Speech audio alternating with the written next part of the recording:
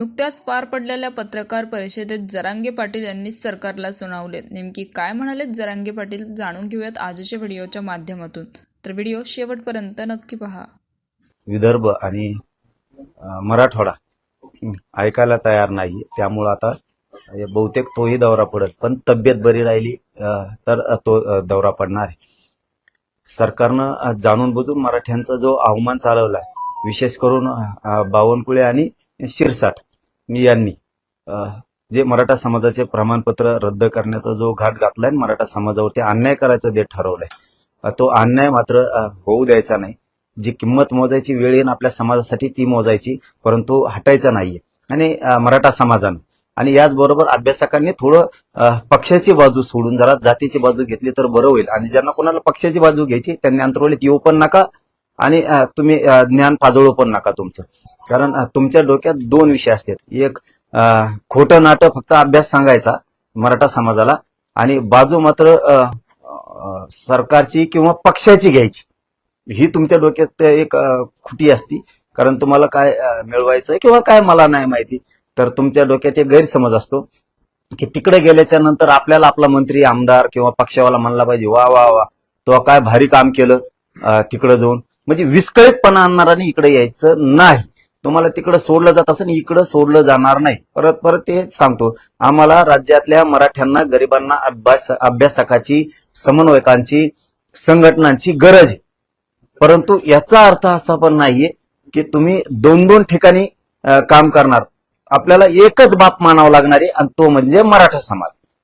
इथं मी कुणालाही चाल खेळू देणार नाही. इथं जितकं तुमचा ज्ञानाचा उपयोग तुम्हाला समाजाच्या लेकराच्या हितासाठी करता येईल तितका करायचा. पण इथं येऊन तिकडच्या नेत्याला खुश करताल तर आता मात्र मराठे सोडणार नाहीयेत. ही सन्मानजनक आम्ही तुम्हाला बोलवलंय, सन्मानजनक आम्हाला समाजाला तुमची मदत पाहिजे. तुम्ही खूप दिवसापासून लढताय, समन्वयक, संघटना, अभ्यासक खूप दिवसापासून लढताय. तुम्हाला सन्मान देणं आमची जबाबदारी आहे. आणि काही समन्वयक आणि काही अभ्यासक खूप मरमर करतात मराठा समाजाला आरक्षण मिळावं म्हणून. पण काहींचं असं आहे की जरा दोन्हीकडे डगर राहत असतात. मात्र त्यांनी मग याच्यात आता तर बोलवलं आम्ही सगळ्याला सन्मान देणार आहे, परंतु चपडक पुढच्या काळात चालणार नाही, हे पण लक्षात ठेवा. कारण त्याचं कारण पण तसंच आहे. आता मराठा समाजाला सांगतो, त्याचं कारण पण तसंच आहे की मायबापा हो, सरकारनं खूप मोठा घात घातलाय. आपला समाज त्याचं वाटोळं करायचं. कारण व्हॅलिडिटी झालेला असताना सुद्धा रद्द केल्या जात आहेत. आपल्या सारथीच्या योजना दिल्या जात नाहीत. 58 लाख नोंदी ज्या सापडल्यात त्याचे कुणबी प्रमाणपत्र जाणून बुजून दिले जात नाहीयेत. म्हणून एवढा मोठा उठाव करावा लागतोय की यांची जागा दाखवून द्यायची की मराठा समाजापेक्षा सरकार मोठं नाही. यांनी सगळ्यांवरती अन्याय केला.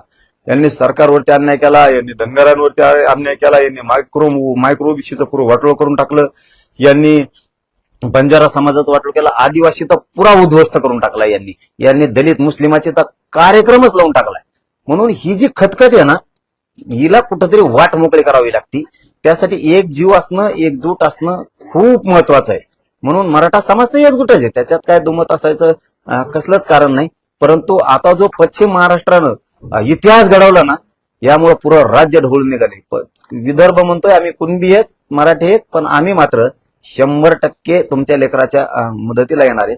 बावनकुळ्यानं आणि शिरसाटनं मराठा समाज जे उद्ध्वस्त करायचा ठरवलाय ना, त्यांनी जो जातीय तेढ निर्माण केलाय, त्यांनी जो मराठा समाजावर अन्याय करायचं ठरवलं ना, ते आपल्याला मोडून काढावाच लागतोय. त्यांना आता 28 तारखेपर्यंत वेळ दिलाय, त्यांनी दिलं आहे. नसता पुढची रणनीती आपण ठरवणार आहे. पण मराठ्यांच्या लेकरांचं एकही प्रमाणपत्र जाऊ द्यायचं नाही. 58 लाखाच्या नोंदी घेतल्या, त्याचे कुणबी प्रमाणपत्र घ्यायचे. हैदराबाद गॅजेटनुसार पूर्ण मराठवाड्यातल्या मराठ्यांना प्रमाणपत्र त्यांच्याकडून आता घ्यायच्यात. या आंदोलनात 29 ऑगस्टच्या सुट्टी द्यायची नाही. चर्चा यावेळेस अशी आहे, देवेंद्र फडणवीस तर टार्गेट तुमचे नेहमीच राहिलेले आहे.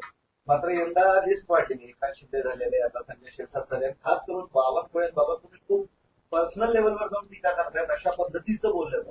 त्यांनी पर्सनल वाटोळं केलं आमचं समाज, म्हणून पर्सनलवर जाणार. त्या माणसाबद्दल ते शब्द आहेत माझे. या माणसाला जर फोन लावला तर 4 मिनिटं सुद्धा लागून देत नाही समोरच्याचं काम करायला. शक्तीपीठ महामार्गात त्याचा अनुभव आहे मला, म्हणून बोललो. तोच माणूस पर्सनल वाटोळं करायला लागला आमच्या जातीचं. त्यांना जातीवाद करायची अजिबात गरज नव्हती, मराठ्यांवर अन्याय करायची अजिबात गरज नव्हती. अजिबात काही संबंध नाही त्यांचा आमच्याशी. आमच्या व्हॅलिटी रद्द करायचा काय अधिकार नाही.